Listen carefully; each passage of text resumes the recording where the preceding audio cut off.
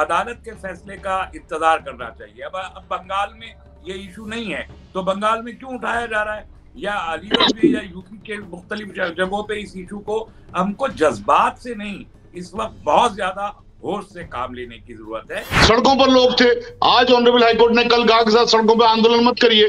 वो honourable high court की respect होनी चाहिए, आंदोलन नहीं होना चाहिए, लेकिन आंदोलन करना भी इस तरह की सरकारों के खिलाफ जरूरी हो जाता है और ये भी हमारे संविधान में इजाजत देता है। पिछले दिनों मोहन भागवत ने कहा कि साहब हम तो धर्म संसद पे जो कुछ हुआ वो हिंदुत्व नहीं है और हम उसकी मुखालफत करते हैं, लेकिन कल जो कर्नाटक में देखने को मिला उस पर मोहन भागवत क्या कहेंगे, और उनको कुछ कहना चाहिए था, उसको भी उनको कहते कि ये जो पाले हैं 3 दिन में जो फौज उठाने का दावा मोहन भागवत करते हैं, क्या ये है वो फौज के एक अकेली लड़की पर सैकड़ों गुंडे पिल पड़े। एक मजहब के नाम पर पाकिस्तान का निर्माण हुआ, वो एक नहीं रह सका, 2 हो गए। यहाँ पर जो डाइवर्सिटी है, डाइवर्सिटी अपने आप में यूनिटी बना के रखती है और इस डाइवर्सिटी को नाम खत्म होने देंगे और हमें उम्मीद है कि इंशाल्लाह हमारी कोर्ट्स भी इसको खत्म नहीं होने देंगे। इस वक्त में ये ऐलान करना कि 5 लाख रुपया हम देंगे, ये एक किस्म का प्रोवोकेशन है और ये उसी पोलराइजेशन को में मदद करेगा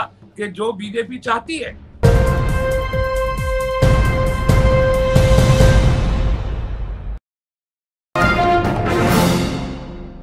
आदाब, मैं हूं शकील अहमद और आप देख रहे हैं न्यूज मैक्स।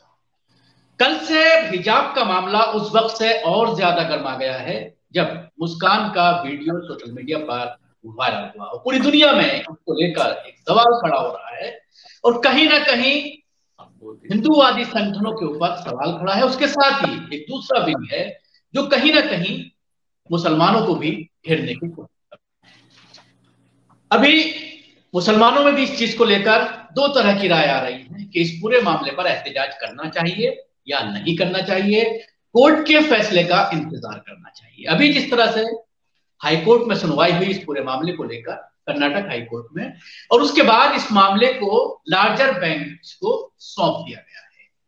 अब सबकी निगाहें कोर्ट पर जमी हुई है, लेकिन इसके साथ ही देश के मुख्तलिफ इलाकों में आज प्रोटेस्ट है। कोलकाता में प्रोटेस्ट देखने में आया, कर्नाटक के कई शहरों में आज प्रोटेस्ट है, हैदराबाद में है, उसके साथ ही अलीगढ़ में भी शाम को एक प्रोटेस्ट होने वाला है। मौलाना सज्जाद नोमानी का एक वीडियो भी आया है, उन्होंने ये कहा है कि बच्चियों को सड़कों पर नहीं आना चाहिए, पीसफुल अपनी मांग रखनी चाहिए और कोर्ट के फैसले का इंतजार। अजीज तरीन बच्चियों और बेटियों से बहुत मोहब्बत और खुलूस के साथ ये कहना चाहता हूँ कि अब आप अभी फ़िलहाल आप सड़कों पर बिल्कुल ना आएँ, अपनी पढ़ाई पर तवज्जो दें और अदालत के फ़ैसले का इंतज़ार करें। अगर किसी तंजीम से हमारी इन बच्चियों में से किसी का राब्ता है तो मैं उस तंजीम से भी ये गुजारिश करता हूँ कि वो इन बच्चियों को यही सलाह मशवरा दें कि फ़िलहाल वो किसी प्रोटेस्ट और रजिस्ट्रेशन को बिल्कुल मुलतवी कर दें।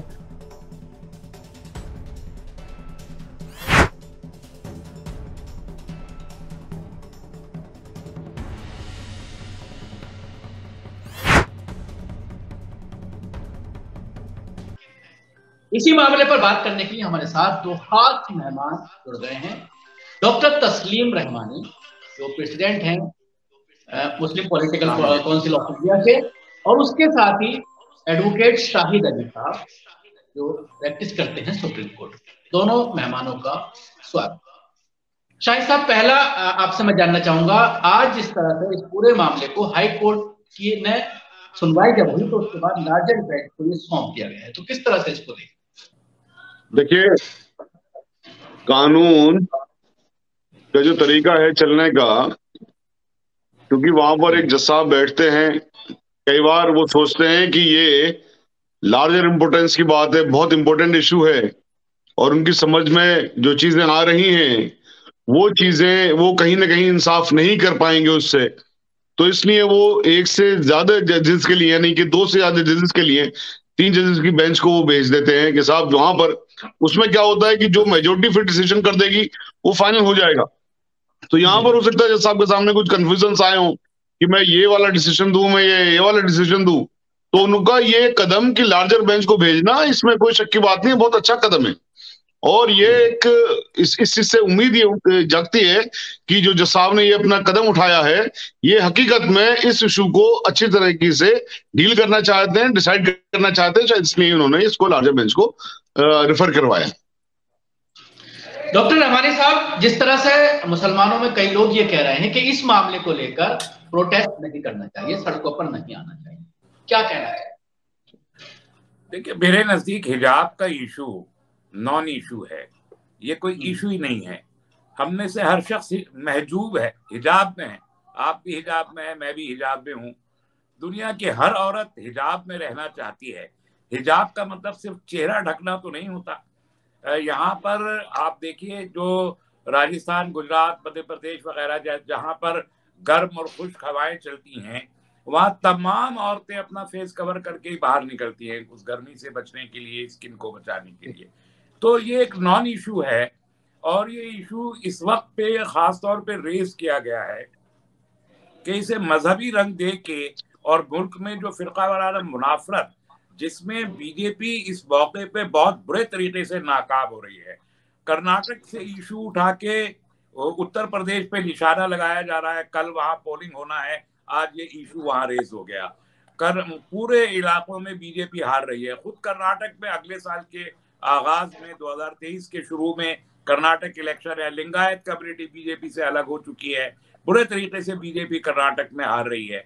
तो इन तमाम चीजों को लेके इस किस्म का एक नॉन इशू उठाया गया, और अब इसको कोशिश की जा रही है कि पूरे मुल्क में सीए की तर्ज पर एक मूवमेंट खड़ा हो जाए और तमाम खातीन एक बार फिर सड़क पे आ जाए, और फिर उस कम्युनल पोलराइजेशन का सियासी फायदा उठाना चाहिए। मजहबी इशू है, कोर्ट का इशू है, कोर्ट डिसाइड करेगा। और कोर्ट ने जो इंडिकेशंस दिए थे कल के ऑब्जर्वेशंस में, वो बहुत ही हौसला अफजा थे। इससे पहले शाहिद भाई को याद होगा, केरल हाई कोर्ट में अप्रैल 2016 में यही मामला मिनो अन आया था, जब वहां पर सीपीएमटी के एग्जाम्स में सीबीएसई ने गाइडलाइन जारी किए थे कि हाफ स्लीव शर्ट पहन के आएंगी लड़कियां, और हेड कवर नहीं करेंगी, हिजाब नहीं पहनेंगी, और चप्पल पहन के आएंगी, जूते नहीं पहनेंगी। उसमें भी हाई कोर्ट ने ये कहा था कि 25 जो आर्टिकल 25 का सेक्शन 1 है, उसमें जो इसेंशियल पार्ट रिलीजन का है, उस पर कोई गाइडलाइन जारी नहीं कर सकती कोई एडमिनिस्ट्रेशन भी। और उसके तहत उन्होंने इजाजत दी थी हिजाब पहन के जाने की भी, और फुल स्लीव कमीज की भी, क्योंकि उन्होंने कहा था कि ये इसेंशियल पार्ट है रिलीजन का। इस जजमेंट के नुक्ता नजर से अगर लार्जर बेंच अब उसको एग्जामिन कर रही है, तो वो इसी नतीजे पे पहुंचेगी यकीनन। इसलिए एक पब्लिक आउटक्राई इसमें क्रिएट करने की बजाय अदालत के फैसले का इंतजार करना चाहिए। अब बंगाल में ये इशू नहीं है, तो बंगाल में क्यों उठाया जा रहा है, या अलीगढ़ में या यूपी के मुख्तलिफ जगहों पे इस इशू को? हमको जज्बात से नहीं, इस वक्त बहुत ज्यादा होश से काम लेने की जरूरत है, मेरी यही ओपिनियन है। शाहिद साहब, इसको अगर कानूनी नुक्ते नजर से देखा जाए, जिस तरह से बार बार एक जो राइट विंग है उसके जरिए जिस तरह से इस पूरे मामले को ये कहा जा रहा है कि एक ड्रेस कोड लागू किया गया है सरकार के जरिए, उसका पालन होना चाहिए, तो कानून क्या कहता है कि ड्रेस कोड लागू होने के बाद क्या हिजाब में बच्चियां क्लास में नहीं जा सकती? देखिए, कोई भी कानून संविधान के खिलाफ नहीं बनाया जा सकता। कोई भी कानून संविधान के किसी भी आर्टिकल के खिलाफ नहीं बनाया जा सकता। अगर कोई भी ऐसा कानून बनाया जाता है तो जुडिशियल रिव्यू फिर उसका होता है, क्यों कानून भी अपने आप में, जैसे आपको याद होगा जब मोदी जी की सरकार बनी थी तो उन्होंने एनजेएसी बनाया था, यानी ये जजेस का अपॉइंटमेंट किस तरह से हो, एक कानून बनाया था, तो उसको ऑनरेबल सुप्रीम कोर्ट ने खारिज कर दिया था उस कानून को। अक्सर कानूनों को रद्द करती है honourable high court, honourable supreme court. जब भी कोई कानून बनाया जाता है तो वो हमेशा जुडिशियल रिव्यू के सब्जेक्ट में तो आता ही आता है कि वो कानून सही बनाया है, संविधान के अनुरूप है या संविधान के खिलाफ है। यहां तो एक एडमिनिस्ट्रेटिव एक्ट है, तो कोई भी एडमिनिस्ट्रेटिव एक्ट संविधान के खिलाफ नहीं बनाया जा सकता। और हमारे देश का जो संविधान है वो पॉजिटिव सेकुलरिज्म को बढ़ावा देता है, पॉजिटिव सेकुलरिज्म को वो अपनाता है, और पॉजिटिव सेकुलरिज्म को ही वो लोगों से कहता है कि आप इसको अपनाइए। पॉजिटिव सेकुलरिज्म का मतलब यह है कि जिसका जो मजहब है वो अपने मजहब को पूरी तरह से पालन करे, अपने मजहब को प्रोफेस करे, अपने मजहब का प्रचार प्रसार भी करे, कोई प्रॉब्लम नहीं है उसके अंदर। तो कोई भी ऐसा एक्ट कोई भी ऐसा कानून या रूल या कोई भी किसी तरह का उसके अंदर इंटरफेरेंस इस तरह का पैदा करना कि साहब आप फला चीज नहीं कर सकते, ये अपने आप में मुदाखलत है संविधान के खिलाफ, ये अपने आप में मुदाखलत है। जिस आर्टिकल का जिक्र किया अभी तस्लीम रहमानी भाई ने, आर्टिकल 25 का, आर्टिकल 25 सबको हक देता है कि आप अपने हिसाब से चलिए। जिस अभी केरला हाईकोर्ट का भी जिक्र किया, ये बिल्कुल अब कोर्ट ये देखती है क्या ये एसेंशियल पार्ट है नहीं। जब कुरान करीम के अंदर हिजाब के लिए अल्लाह ताला ने हुक्म दे दिया तो ये एसेंशियल पार्ट है, एसेंशियल पार्ट है। चूंकि इसलिए ऑनरेबल हाईकोर्ट के अंदर समाज भी चल रही है, सड़कों पर लोग थे। आज ऑनरेबल हाईकोर्ट ने कल कहा कि साथ सड़कों पर आंदोलन मत करिए, वो ऑनरेबल हाईकोर्ट की रेस्पेक्ट होनी चाहिए, आंदोलन नहीं होना चाहिए। लेकिन आंदोलन करना भी इस तरह की सरकारों के खिलाफ जरूरी हो जाता है और ये भी हमारा संविधान में इजाजत देता है। तो ऐसा कहना कि साहब इसको आंदोलन की जरूरत नहीं है, घरों के अंदर बैठ जाइए, ये बिल्कुल मैं इस बात को नहीं मानता। जहां तक उत्तर प्रदेश के इलेक्शन की बात है कि उत्तर प्रदेश के अंदर इलेक्शन चल रहा है, ऐसे वक्त में ये बात उठाई गई है, बिल्कुल सही बात है, क्योंकि उत्तर प्रदेश में इलेक्शन इस वक्त पोलराइजेशन नहीं हो रहा। तो कहीं ना कहीं एक ये कोशिश हो सकती है कि साहब वहां पर ये हिजाब के ऊपर ये एक चीज बना लें और उसको पोलराइज करें। लेकिन मेरा अपना ये मानना है कि उत्तर प्रदेश के अंदर ज्यादातर उत्तर प्रदेश गांव के अंदर रहता है और गांव की तमाम औरतें, चाहे वो हिंदू मजहब की हैं, मुस्लिम मजहब की हैं या किसी मजहब की हैं, वो 90% औरतें हिजाब में रहती हैं और हिजाब में रहना ही वो पसंद करती हैं। तो इसलिए उनकी ये जो प्लानिंग है, ये साजिश है, ये इंशाल्लाह यहां पर कामयाब नहीं होंगे। तो शाहिद साहब, इसका मतलब यह है कि जो रूल बनाया गया है, ड्रेस कोड जो लागू करने की बात कह रहे हैं एजुकेशन मिनिस्टर कर्नाटक के, तो वो कानून के खिलाफ है। 100% बिल्कुल कानून के खिलाफ है, ऐसा कोई रूल नहीं बनाया जा सकता था। और ना सिर्फ कानून के खिलाफ है बल्कि सांप्रदायिक है। यह सांप्रदायिक उन्होंने कानून बनाया, सांप्रदायिक उन्होंने रूल बनाया और इस रूल की मजम्मत भी करते हैं। ये रूल ऑनरेबल कोर्ट से खारिज भी होना है। कल भी जो इंडिकेशन दिया था ऑनरेबल जज साहब ने, बिल्कुल यही था। लेकिन अब कुछ कंफ्यूजन रहे होंगे, उनका जो विवेक है, उनका जो दिमाग है, उनका जो जुडिशियल माइंड वो अप्लाई कर रहे हैं। वो चाहते हैं कि साहब इसको लार्जर बेंच सुने, उसमें हमें कोई आपत्ति की बात नहीं है और इसमें कोई जल्दबाजी की बात भी नहीं है। 2 दिन 3 दिन 4 दिन समाप्त भी अगर उसकी हो जाएगी तो इंशाल्लाह जो फैसला आएगा वो हक का फैसला आएगा, वो संविधान सम्मत आएगा, इंशाल्लाह हमारे फेवर में आएगा। हमने पहले भी कहा है कि सच हार नहीं सकता कभी भी। सच को आप विचलित तो कर सकते हो, परेशान तो कर सकते हो, सच हार नहीं सकता। और इस देश की खूबसूरती ये है कि यहाँ पर तमाम मजहब के लोग अपने अपने धर्म को मानते हुए साथ साथ रहते हैं। देखिए, एक मजहब के नाम पर पाकिस्तान का निर्माण हुआ, वो एक नहीं रह सका, 2 हो गए। यहां पर जो डाइवर्सिटी है, डाइवर्सिटी अपने आप में यूनिटी बना के रखती है और इस डाइवर्सिटी को नाम खत्म होने देंगे और हमें उम्मीद है कि इंशाल्लाह हमारी कोर्ट्स भी इसको खत्म नहीं होने देंगे। तस्लीम रहमानी साहब, बिल्कुल जिस तरह से आपने भी कहा और शाहिद साहब ने भी कहा कि उत्तर प्रदेश के इलेक्शन है और बड़ी अच्छी सिमत में जा रहे हैं। मुसलमान की खामोशी की वजह से बहुत अच्छा वहां पर इलेक्शन हो रहा है। ऐसे में इस तरह के इश्यूज को खासतौर से उत्तर प्रदेश में इसको लेकर के प्रोटेस्ट नहीं करना चाहिए। कल जब ये बच्ची का वीडियो आया तो उसके बाद जमीयत उलमा हिंद ने 5 लाख रुपए का ऐलान कर दिया कि बच्ची को बहादुरी के तौर पर उसने बहुत बड़ी बहादुरी दिखाई है, तो इसलिए उसको 5 लाख रुपए जमीयत उलमा हिंद देगी। उसको लेकर भी सोशल मीडिया में कई तरह के सवाल खड़े हो रहे हैं कि सिर्फ क्या पैसे दे देना, लोग कह रहे हैं कि 5 लाख रुपए देने के बजाय 5 लाख लोगों को इकट्ठा करना चाहिए। देखिए, शाहिद साहब भी जो कह रहे हैं और शकील साहब, ये मैंने ये नहीं कहा कि आंदोलन नहीं करना चाहिए। कोर्ट में जब मामला गया है और कोई बहुत दूर नहीं है तो हमें इंतजार कर लेना चाहिए। अगर कोर्ट उसके खिलाफ जाता है, हमारे कोड ऑफ कंडक्ट के खिलाफ जाता है या वायलेशन करता है किसी फंडामेंटल राइट का, तब हमारा राइट टू प्रोटेस्ट अपनी जगह डेमोक्रेसी में जिंदा है, हम प्रोटेस्ट करेंगे। लेकिन उस वक्त तक हमें इंतजार करना चाहिए, मेरा ये कहना है। ये एक बात, प्रोटेस्ट करना है लेकिन उस वक्त करना है जब हम जुडिशरी में नाकाम अगर हो जाए तब हम करेंगे, लार्ज स्केल पे करेंगे, तब कोई हर्ज नहीं है। लेकिन दूसरा जो आपका है ये 5 लाख रुपए का, ये भी एक किस्म का प्रोवोकेशन है। इस वक्त में ये ऐलान करना कि 5 लाख रुपए हम देंगे, ये एक किस्म का प्रोवोकेशन है और ये उसी पोलराइजेशन को में मदद करेगा कि जो बीजेपी चाहती है। बीजेपी ने ये इशू, भाई हिजाब तो 10 साल से जब से इन बच्चों ने एडमिशन लिया हिजाब पहन के आती हैं, कोई नया तो आया नहीं।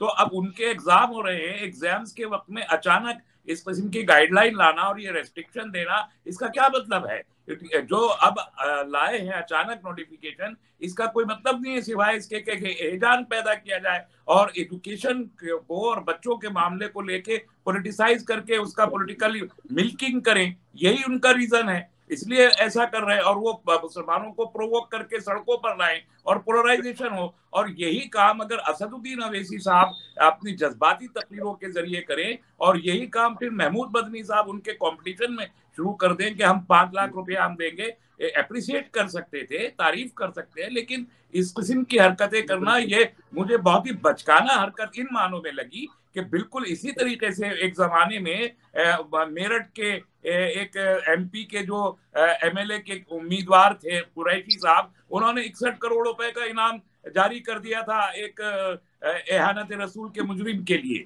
तो ये जो इस किस्म के ऐलानात हैं, इनको कम से कम मेरा विजडम बहुत कमजोर हो सकता है, लेकिन मुझे ये पॉजिटिव स्पिरिट में नहीं लगता, इसका नेगेटिव इम्पैक्ट बहुत ज्यादा होता है। वो बहुत तारीफ करते, उनके लिए वो अदालत में जाते, वो एक कहते कि हम इस मामले को सुप्रीम कोर्ट में भी लेके जाएंगे, ये एक अलग बात थी। लेकिन 5 लाख रुपए का ऐलान करना, मैं समझता हूं कि ये कोई समझदारी की हरकत उन्होंने नहीं की है। और ये वो ट्रैप में या तो आ रहे हैं, वही बीजेपी के ट्रैप में आ रहे हैं, फासिस्ट लोगों के ट्रैप में आ रहे हैं, या तो ट्रैप में आ रहे हैं या मदद कर रहे हैं, दोनों में से एक बात हो सकती है।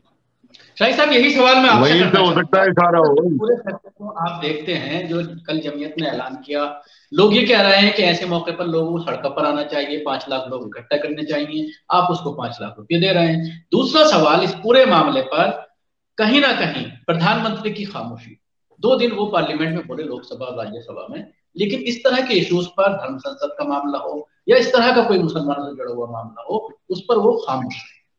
शाहिद साहब, मोदी जी तो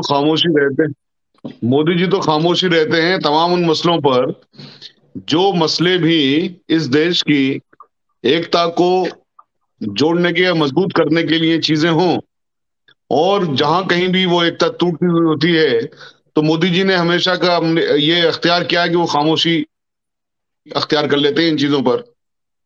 शायद जिस जमात से वो गवर्न होते हैं उस जमात के इंटरेस्ट में यही है कि ये देश टूटता रहे, इस देश में खाइयां बढ़ती रहें, या गहराइयां जो एक दूसरे में नफरत है वो नफरत का बाजार चलता रहे। और इनके मोदी जी का तो हमेशा, चाहे मोब लिंचिंग की बात हो, अब देखिए ऑनरेबल सुप्रीम कोर्ट ने कहा था में कानून बनाइए, उस पर इन्होंने आज तक कानून बनाया, लेकिन ऑनरेबल सुप्रीम कोर्ट ने जब कहा ट्रिपल तलाक पर आप कानून बनाने की कोशिश करिए तो उन्होंने उसका बहाना बनाते हुए सीधे कुरान के खिलाफ ही कानून बना दिया। तो ये अपने आप में जो चीजें हैं, ये दरअसल जिस पार्टी से वो गवर्न होते हैं उस पार्टी की जो भी कुछ कारकर्दगी है, उस पार्टी को सपोर्ट करने के लिए या उस जमात को सपोर्ट करने के लिए, अपनी सत्ता को बनाए रखने के लिए ये करते हैं। इनका जो वोट बैंक है, इनका वोट बैंक है जो मुस्लिमों से नफरत के कारण चलता है, यानी मुस्लिमों के खिलाफ नफरत उस वोट बैंक का फ्यूल है, ईंधन है। तो उस ईंधन को बनाए रखने के लिए, बरकरार रखने के लिए इन्होंने कोई भी ऐसा काम नहीं करना है कि जिसमें जरा सा भी ये अगर लोगों को लगेगा कि साहब मुसलमानों के फेवर में बोल गए या मुसलमानों को अजियत पहुंचाने वाला काम इन्होंने नहीं किया, तो उनका शायद वो 30% वोट बैंक नाराज हो जाएगा। तो उसको नाराज नहीं करना चाहते, इसलिए चाहे कितनी भी अजियत पहुंच जाए, चाहे देश का कितना ही बंटाधार हो जाए, चाहे दुनिया में कितनी भी बेइज्जती हो जाए, चाहे लोग कितनी भी थुतू इनके नाम पर करें, इनके ऊपर करें, लेकिन ये जरा से भी उसके अंदर दखलंदाजी नहीं करते हैं। ये बिल्कुल साफ बात है। डॉक्टर तमाई साहब, आखिरी सवाल आपसे लेना चाहूंगा, यही सवाल कि किस तरह से इस पूरे मामले पर लोग, खासतौर से अगर बात की जाए प्रधानमंत्री नरेंद्र मोदी की, वो खामोश इस पूरे मामले। देखिए, नरेंद्र मोदी हों या आरएसएस के चीफ मोहन भागवत हों, पिछले दिनों मोहन भागवत ने कहा कि साहब हम तो धर्म संसद में जो कुछ हुआ वो हिंदुत्व नहीं है और हम उसकी मुखालफत करते हैं। लेकिन कल जो कर्नाटक में देखने को मिला उस पर मोहन भागवत क्या कहेंगे? और उनको कुछ कहना चाहिए था, उसको भी उनको कहते कि ये जो पाले हैं 3 दिन में जो फौज उठाने का दावा मोहन भागवत करते हैं, क्या ये है वो फौज के एक अकेली लड़की पर सैकड़ों गुंडे पिल पड़े? क्या ये फौज बना रहे हैं? इस पर उनको कोई राय देनी चाहिए थी, वजीर आजम को कोई राय देनी चाहिए थी, कोई कोई अगर वो ईमानदार होते या पूरी ये पार्टी ये हुकूमत अगर ईमानदार होती तो वो कंडेम करती कल के वाक़े को और कहती कि ये जैसे हम कह रहे हैं कि अदालत का मामला है, अदालत को तय करने दे, इसी तरीके से उनको भी बोलना चाहिए था कि जुडिशरी का एहतराम सब लोग करें और उनको भी इंतजार करना चाहिए जुडिशरी। लेकिन वो नहीं बोल के उनकी खामोशी इस किस्म के मामलात में या बहुत देर के बाद, जैसे मोहन भागवत दिसंबर के बाद फरवरी में बोले, ये तय करता है कि वो असल में खामोश तायीद कर रहे हैं इस गुंडागर्दी की, इस मॉबोक्रेसी की जो इस मुल्क में पैदा हो रही है, कि उनको प्रोटेक्शन भी दे और उनको प्रमोट भी करे और उनको प्रोवोक भी करे कि वो इस किस्म की हरकतें करके लोगों को सड़कों पे लाए। मैं फिर कह रहा हूं, आखिरी जुमला कहना चाहता हूं, इलेक्शन एक रात में पलट जाया करता है। आज जो इलेक्शन नॉन पोलराइज वे में हो रहा है, विकास के नाम पर और सम्मान के नाम पर हो रहा है, वो इलेक्शन इस किस्म के पोलराइज माहौल में एक दिन में भी पलट सकता है। इसलिए मैं कहता हूं तमाम लोगों से जज्बात के दायरे में न बहें, सब्र से, थोड़ा सा सब्र और हिकमत से काम लें। सरकार जा रही है, जाती हुई सरकार पे एक धक्का और दे गिरती हुई दीवार पे, न कि इसको सीमेंट लगाए उन्हीं के ट्रैप में फंस गई। मैं तमाम लीडर से भी जो इस मिल्ली रहनुमा है उनसे और अवाम से ये दरख्वास्त करता हूं कि खुदा के लिए 15 दिन 20 दिन जरा सा आप इंतजार कर लीजिए, सब्र कर लीजिए। ये सरकार जा रही है, इसे जाने दीजिए प्लीज। जज्बात से शुक्रिया दोनों मेहमानों का हमारे साथ जुड़े, ताहिर साहब और तस्लीम रहमानी साहब, आप हमारे साथ जुड़े और आपने अपनी कीमती राय इस पूरे मामले पर दी। जिस तरह से दोनों मेहमानों ने कहा कि इस मामले पर अभी हालात का तकाजा यही है कि थोड़ी बहुत खामोशी इख्तियार की जाए, कोर्ट का फैसला आने दीजिए। अगर कोर्ट का फैसला कुछ कानून जो संविधान है आर्टिकल 25 की जो बात की गई है उसके खिलाफ अगर आता है तो फिर आपको हक है, आप सड़कों पर उतर सकते हैं। शुक्रिया। आपको हमारे प्रोग्राम कैसा लगा जरूर बताएं, हमारे यूट्यूब चैनल को सब्सक्राइब करना ना भूलें, इसके साथ ही बेल आइकन जरूर दबाएं। अगर आप ये वीडियो फेसबुक पर देख रहे हैं तो हमारे पेज को लाइक करें, उसके साथ ही